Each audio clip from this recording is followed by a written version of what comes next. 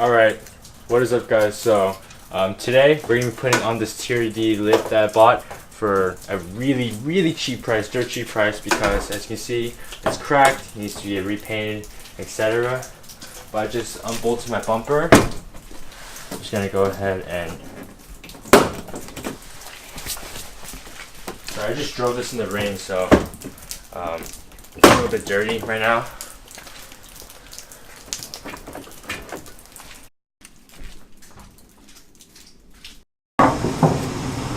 Alright, so the first thing we're going to do is grab this lip and we're going to clean the mating surface of